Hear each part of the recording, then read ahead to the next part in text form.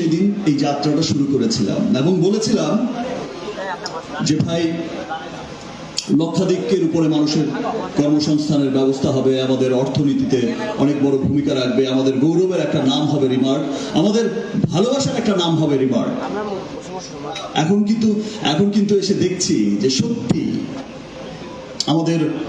একটা খুব ভালোবাসার একটা নাম হয়ে উঠেছে রিমার্ক হারল্যান্ড। আর যখন আমি দেশে শুধুমাত্র যে আমাদের দেশের গণ্ডির মধ্যেই তাই ব্যাপারটা কিন্তু তাই নয়, আজ যখন আমি দেশের বাইরেও যাই, আজ যখন আমার কোনো কোস্টার, কোনো ফিমেল কোস্টার, কোনো ফিমেল সুপারস্টার